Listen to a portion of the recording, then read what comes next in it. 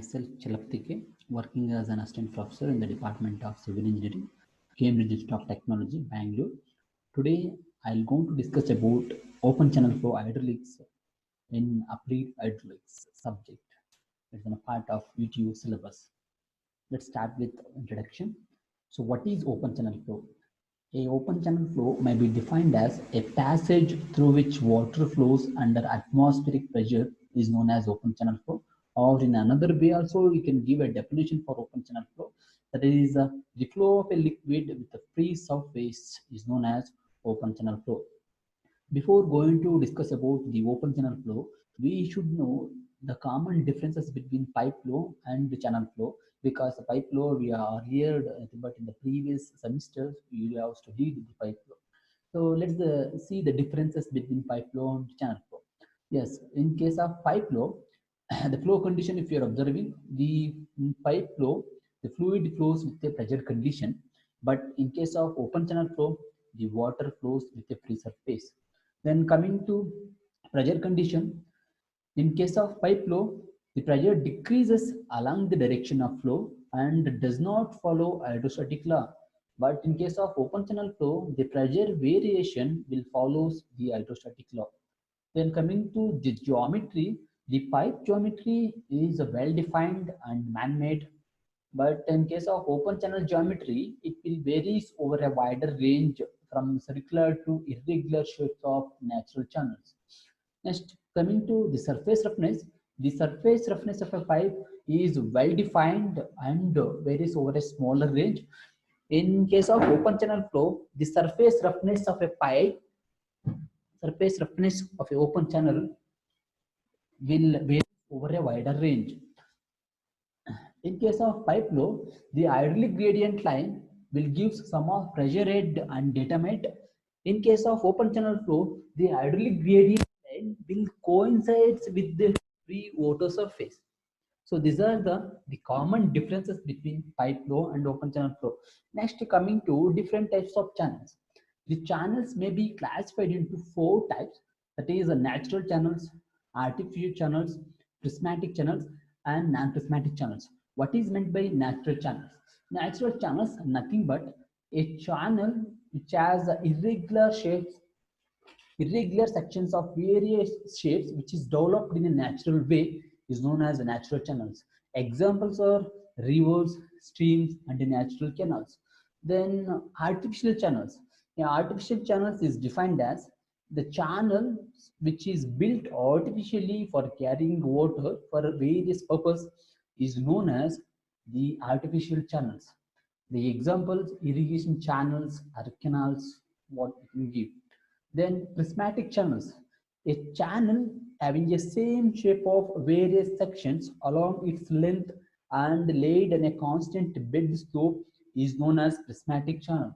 The example that is artificial channels or artificial canals. Then if a non-prismatic channel is nothing but if a channel which is having the same shape of various sections along its length, but these channels will not laid in a constant bed slope.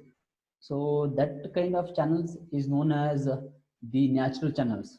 These natural channels will have different shapes at the different sections and it does not laid on a constant bed slope. It is developed in a natural way. The channels itself, it will develop it in a natural way. That is known as non-prismatic channels. Example, natural canals. Next, coming to the geometrical properties of channel section. So there are 6 geometrical properties we'll go to see in a particular channel section. So that are first one, depth of flow. The depth of flow, it is denoted by symbol small d. It is the vertical distance between the free water surface and the channel bottom. Then second one, the top width. The width of the channel at the free surface is known as top width. That is denoted by symbol capital T. Then the wetted area. It's the area of flow of water normal to the direction of flow is known as wetted area. The wetted area is denoted by symbol capital E. Then wetted perimeter. The length of channel boundary in contact with the flowing water at any section of channel, that is known as the wetted perimeter. The wetted perimeter can be denoted by symbol capital P. Then the hydraulic mean depth. It's one of the most important the geometrical property what we're going to use in the open channel flow hydraulics. It is hydraulic mean depth. It is the ratio of area of flow of water to the wetted perimeter. That is M will be equal to capital A divided by P. That is known as the hydraulic mean depth. Notation is we can give M for hydraulic mean depth in times, and sometimes we'll go to use the R also. The hydraulic mean radius or hydraulic mean depth, both are same. Then hydraulic depth, it is the ratio of area of flow of water to the top width of channel. It is known as hydraulic depth. That is a capital D equals to A by T, area to the top width of a channel. These are the few geometrical properties of a channel section. Let's move on with the classification of flow in open channels. The flow in open channels may be classified into four groups. That is the steady and unsteady flows, uniform and non-uniform flows, laminar and turbulent flows, then subcritical, critical, and supercritical flow. Let's start with the steady and unsteady flow. A flow is said to be steady in an open channel when the flow characteristics such as depth of flow, velocity of flow, and rate of flow at any point will not go into changes with respect to the time. Such a type of flow is known as steady flow. Mathematically, the steady flow can be represented as, that is, dou v by dou t equal to 0, dou q by dou t equal to 0, dou y by dou t equal to 0. That is a velocity, discharge, or a rate of flow, or a depth of flow will not going to change with respect to time. But if it is an unsteady means these flow characteristics or flow parameters will changes with respect to time in an open channel at any point of time. That is a dou v by dou t is not equal to 0, dou q by dou t is not equal to 0, dou y by dou t is not equal to 0. In mathematically, we can show this relation like this. So next one, uniform and non-uniform flow. A flow, when we'll go to call, a flow is said to be uniform in an open channel or if it is a non-uniform. Yes, for a given length of the channel, the velocity of flow, the depth of flow, the slope of the channel and cross-sectional area remains constant. Then such a type of flow is known as the uniform flow. That is mathematically it can be represented as, so dou v by dou is equal to 0, dou y by dou is equal to 0. Then if it is a non-uniform flow, nothing but if for a given length of the channel, the flow parameters such as the depth of flow, velocity of flow, or slope of the bed or cross-sectional area will do not remain constant for that particular length of channel. That is known as non-uniform flow. So that is mathematically we can represent it as dou y by dou s equal to 0 is not equal to 0, dou y by dou s is not equal to 0. This is a uniform and non-uniform flow. This non-uniform flow further it has been divided into rapidly varied flow and gradually varied flow. That rapidly varied flow nothing but if that in an open channel, if depth of flow changes suddenly or abruptly over a shorter length of the channel, that is known as rapidly varied flow. The best example, the hydraulic jump, it will come under rapidly varied flow. Then gradually varied flow nothing but if a depth of flow in an open channel changes gradually over a longer length of the channel, then such a type of flow is known as gradually varied flow. Here you can see the figure, it will go to illustrate the uniform, non-uniform, rapidly varied flow and gradually varied flow. Rapidly varied flow nothing but the depth of flow will change suddenly over a shorter length of the channel. See, because of this obstruction, the water, the water depth, it will go to changes suddenly. You can assume this is a dam or obstruction. See, upstream side of the dam, how the flow the flow of water is coming. Then once it is passed over the dam, it flows over the dam, then it will the depth of water will changes suddenly over a shorter length. That is known as rapidly varied flow. Then gradually varied flow nothing but on the upstream side of the dam, so the depth of flow will changes gradually over a longer length of channel. That is known as gradually varied flow. Next classification, that is laminar and turbulent flow.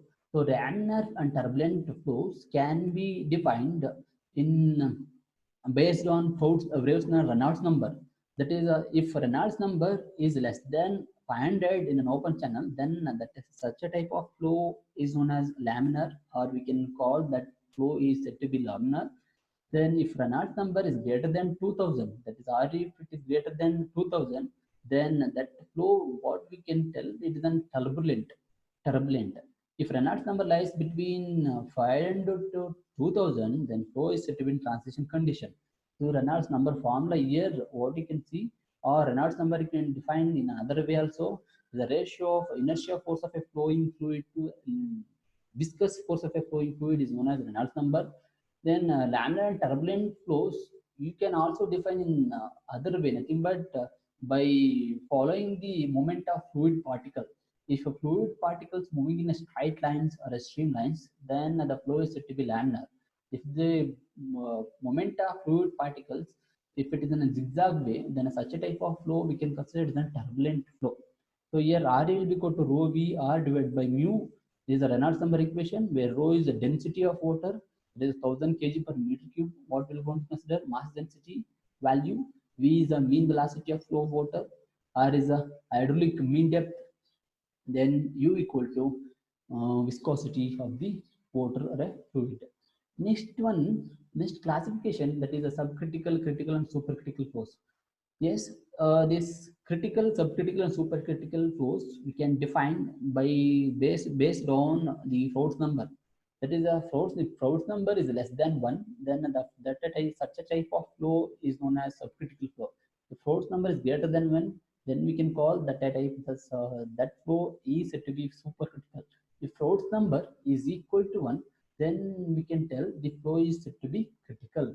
So Fp equal to V divided by square root of Gd. So Froude number also in another way how we can define it is the ratio of the inertia force of flowing fluid to the gravitational force of a flowing fluid. That is known as Froude number. So next one, most importantly in the open channel. So how you will go to calculate the discharge? So discharge is calculated by using Chigi's formula. So he presented this formula to estimate the discharge in the open channels. So that's what we're going to see now. See, there is a before going for the derivation, what you have to consider, you have to assume so uniform flow of water in open channel. That means that the velocity, depth of flow, and area of flow will be constant for a given length of the channel. I considered two sections across the channel, that is section 1.1 and section 2.2. Then this L represents a length of travel of water between sections 1.1 and 2.2. Then this I will represent bed scope. This is the datum by what we have taken for the derivation purpose. So then this W will represent the component of weight which is acting vertically downwards. This component of weight, if you consider along the direction of flow, it will be W sin I. You can see I here, and this will be W as sin I will represent the component of weight along the direction of flow. The next one, so the different forces acting on the water between the sections 1.1 and 2.2. So what are the forces here acting? There are three major forces which is acting. First one, the component of weight along the direction of flow. This one of resolving this side. Then second one, the pressure forces which is acting on the sections 1.1 and 2.2. If the depth of flow at sections 1.1 and 2.2, if it is a constant, then the pressures which will going to act and acts equal and opposite. Then and this pressure forces, it will going to cancel each other. Then the acceleration effect will be negligible if velocity also if it is constant. Then one more force, the frictional force, it will going to act, that will frictional resistance and frictional force, it will going to develop opposite to the flow of water. If the direction of flow this side towards right hand side, then towards left hand side along the bed of the channel, the frictional forces it will going to develop. That one we have to consider, and we have to resolve these forces under equilibrium condition. Yes, under equilibrium condition, if you're resolving these forces, yeah, you can see. So first one, component of weight of water, it is a W sin I. This W will represent the total weight of water, that will be density into volume, it gives total weight. Density, but it's a weight density, a specific weight into volume of volume, it will be. So in between sections 1.1 and 2.2, what is the total length and its cross-sectional area will give volume, that is A into L. So total it will be WL. Then frictional resistance force, it will be is F into quotient of frictional coefficient into T weighted perimeter into length into velocity square, it will be frictional resistance force. So under equilibrium condition, if you are equating both these two equations, so you will going to get your discharge expression or velocity expression for Chigi's equation. Now v square, if you're taking this side, yeah, in the previous step you can see this v square. So if I take on this side v square, the WL sin I divided by FL. So again L it will go to cancels. Then V will be equal to square root of W by F, square root of A by P sin I. That you can consider, you can call equation 1. Then A by P is your hydraulic mean depth or hydraulic radius. So I'll name it as an equation 2. Then square root of W by F, that will be equal to C, that equal to Church's constant. So that one I'll name it as an equation 3. Now what I'll do in the next step, substitute the value of this equation number 2 and equation number 3 in equation number 1. Yes, of substituting all this, what I'll go to get, V will be equals to C into square root of M sin I. For small values of I, if I'm considering the bed slope, it is very small or it is very negligible, then sin I will be equal to tan I value is will be I. Substitute that value. So this is a equation what we got. This is a velocity expression for calculating the velocity in open channels. It is an what is the equation we got? There is a Church's equation to calculate the velocity. If you want to calculate discharge in an open channel, so Q is equals to area into velocity. In place of velocity substitute, that will be Q will be equal to AC into square root of MI, will give us a discharge expression for Church's equation for open channel. We'll go to solve some numericals on this. So first one, find the slope of the bed of a rectangular channel of width 6 meter when the depth of water is 2.5 meter and rate of flow is given as 30 meter cube per second. H is constant C equals to 55. Now it's a rectangular channel section. They given dimensions of that rectangular channel. Width of channel will be 6 meter. So depth of flow in the channel will be 2.5 meter. Next, what they given? So discharge passing through the channel they given 30 meter cube per second. After that, Church's constant they given C equal to 55. Now, what you have to calculate the bed slope of this channel. So bed slope you have to calculate by using Church's expression. So that is a Church's equation. By using Church's equation, that is Q will be equal to A into square root of Mi. So here you need to calculate the area of flow or area flow of water. That is A will be equal to B into D. It's a rectangular cross section. Breadth into depth will give area, that is 6 into 2.5. You will going to get your area section. Next, perimeter of the section. So perimeter, that is a P equals to B plus 2D. So that is for rectangular channel section, it will be B plus 2D is the formula. So 6 plus 2 into 2.5, that will be 11 meter. So perimeter definition we know is the length of channel. It's the length of channel boundary in contact with the flowing water at any point of any section. Then hydraulic mean depth, M will be equal to area to perimeter will give hydraulic mean depth. You can substitute your calculated area value, that is your calculated area value and your perimeter value here, you will going to get your hydraulic mean depth 1.36 meters. Then after calculating all this, you substitute all this expression in your major Church's equation. So after substituting all this, you will get your bed slope, I will be equal to 1 divided by 1 in 1028. Let's have a look at next problem. This problem is a trapezoidal cross section. You can see find the discharge through a trapezoidal channel 5 meter wide and the side slopes of 1 horizontal to 3 vertical. The depth of flow is 2 meters and Church's constancy equal to 50. The slope of the bed of the channel is 1 in 3000. So with we can see what is the given data for the problem. You have to clearly just to see. Yes, width of channel they given 5 meter. If it is trapezoidal channel, it will have a side slope. Side slopes of the channel N will be equal to 1 by 3. Depth of flow in the channel it will be 2 meters. Next, bed slope it will be I will be equal to 1 in 3000. So what you have to calculate here, the discharge passing through a trapezoidal channel you have to calculate. Yes, first what you have to calculate, area of flow of water you have to calculate. Area will be equal to B plus ND into D for the trapezoidal channel section formula. Yes, so area will be equal to, you can substitute all these values, breadth to your side slope 1 by 3 into depth of flow. Then you will going to get your area 11.33 square meters. Once after calculating area, perimeter you have to calculate. Perimeter, why you want perimeter? Finally in the hydraulic mean depth, you need area and perimeter. There you have to substitute to calculate perimeter. Perimeter will be equal to b plus 2d square root of n square plus 1 for trapezoidal channel section. Now substituting all these values, you will going to get your perimeter 9.21 meters.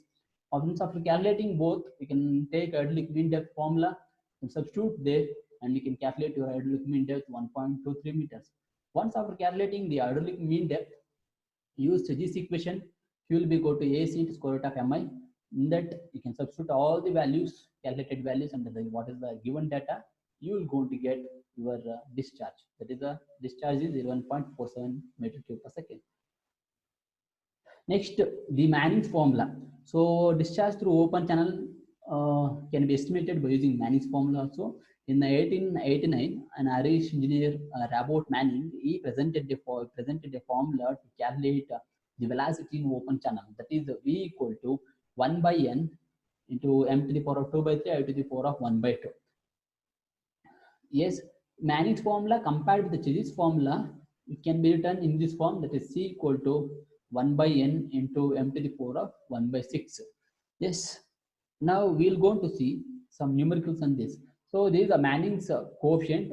Manning's coefficient for a different surface of the channel, it will be where we have different values. You can see if it is a surface of the channel, if it is a smooth cement plaster or plain wood, so 0.010.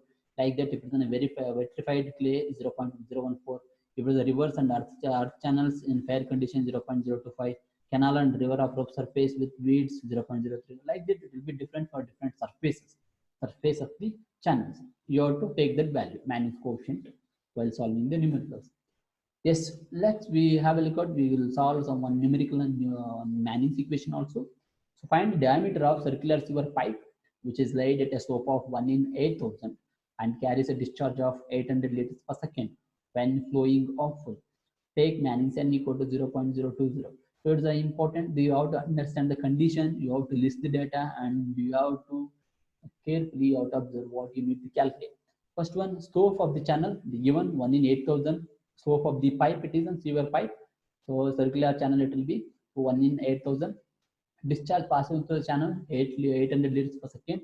So convert it to meter cube per second, 0.8 meter cube per second is the discharge. Then Manning's coefficient, that is n they given, 0.020.